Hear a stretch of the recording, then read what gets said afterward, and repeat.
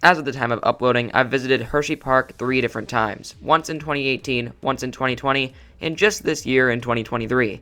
And I finally got all of the credits in this park, so I can finally release an accurate ranking of all of the coasters at Hersheypark. While some coasters I haven't ridden in a while, I still have a good feeling for the rides in the park. Here's my ranking of the coasters at Hersheypark.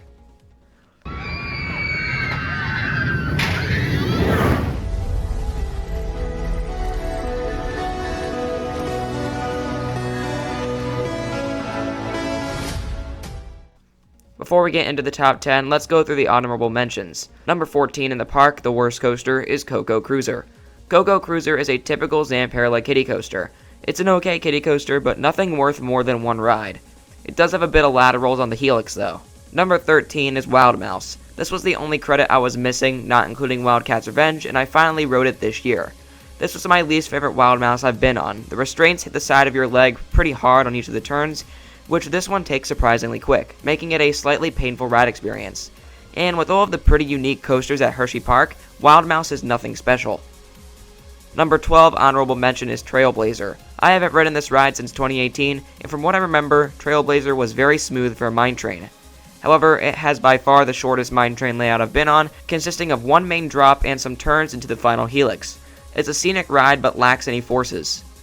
Number 11, the last honorable mention, is Super Duper Looper.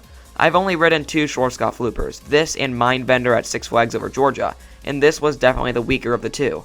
The ride is incredibly smooth for its age, and the loop was very forceful, but all of the other turns are slow, not very forceful, but very scenic. This is a pretty ride, and there is a surprise tunnel in the middle.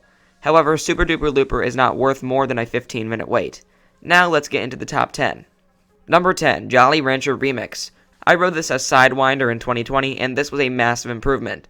Jolly Rancher Remix compared to the other boomerangs is pretty smooth as it has the newer vest restraints to eliminate headbanging.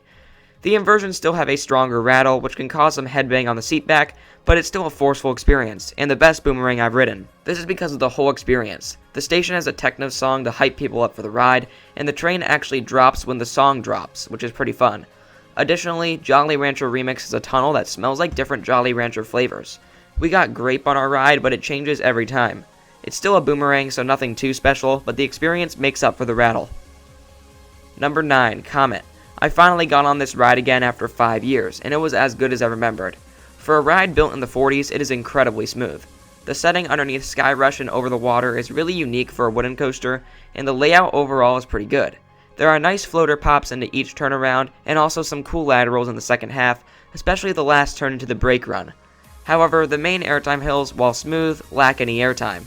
Sure, you get some weightlessness, but barely any floater airtime. It's a super smooth and fun coaster, but not forceful enough to get a higher placement than this. Number 8, Laugh Track.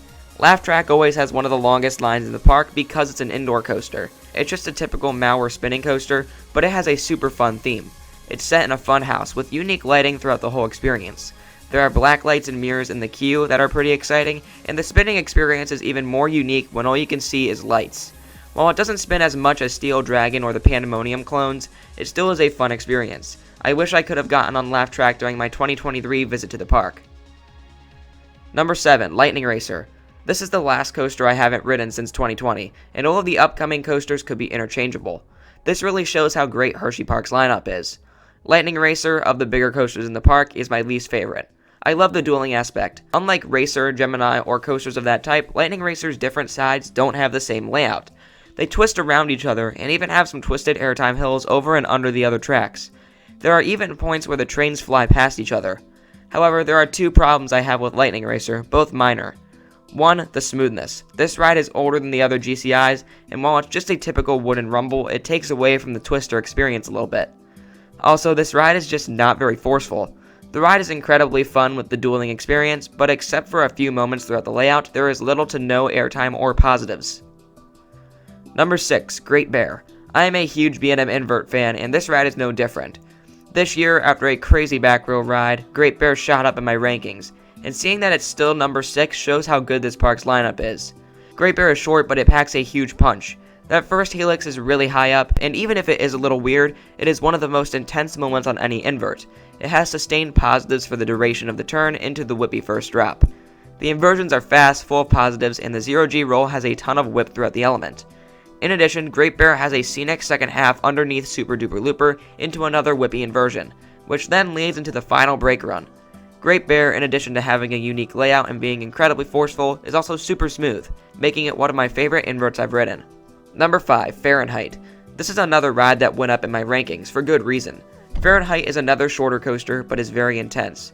The restraints aren't the best, as these Intamin restraints can land weird on your legs and cause some pain, but the layout makes up for that. The vertical lift is always weird, and the drop is phenomenal, especially in the back car.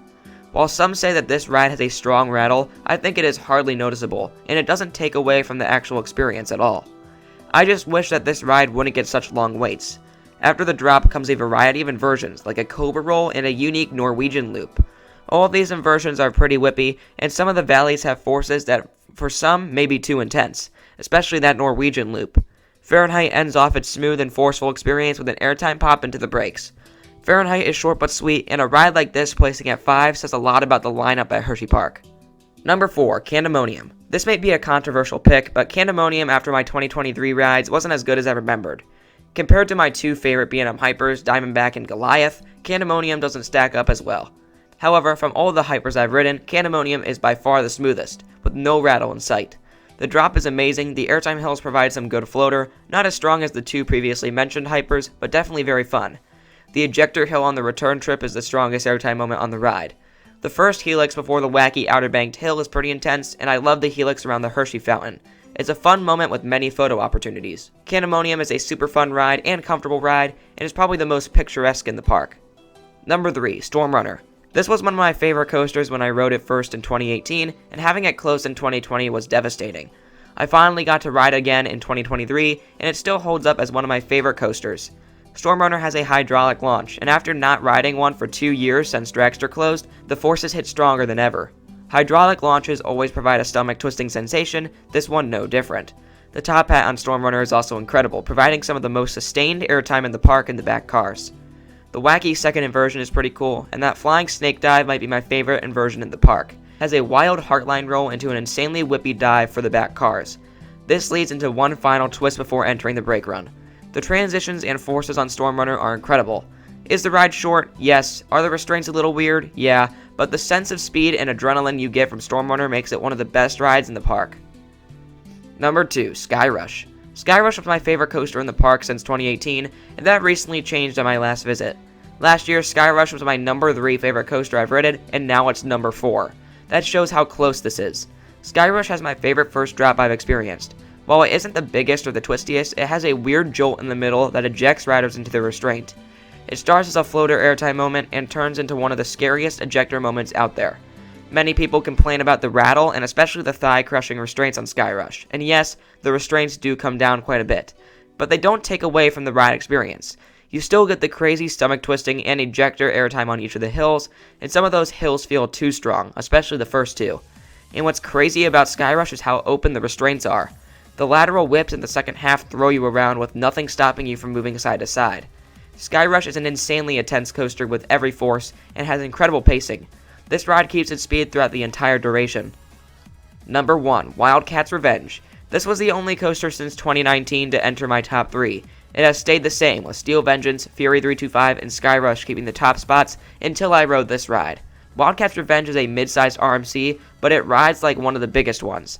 I have a full review out, so you should go check that out, but I'll sum up the ride briefly here. Wildcat's Revenge is full of the best RMC elements. Lateral whips, 0G rolls, stalls, 2 wave turns, and so many other airtime moments are on this ride. Wildcat's Revenge also has one of the most sustained airtime moments on any RMC with that massive camelback. The whole ride is incredibly paced, has some insane forces, and overall is a fantastic ride. Even the pre-lift is crazy. Wildcat's Revenge is a massive upgrade to the original and has an amazing layout. While Sky Rush is more intense overall and has stronger airtime, Wildcat's Revenge is more comfortable for riders and is really the full package. Thank you so much for watching this video. If you enjoyed it, make sure to leave a like and subscribe. Comment your rankings of Hersheypark and have a great rest of your day.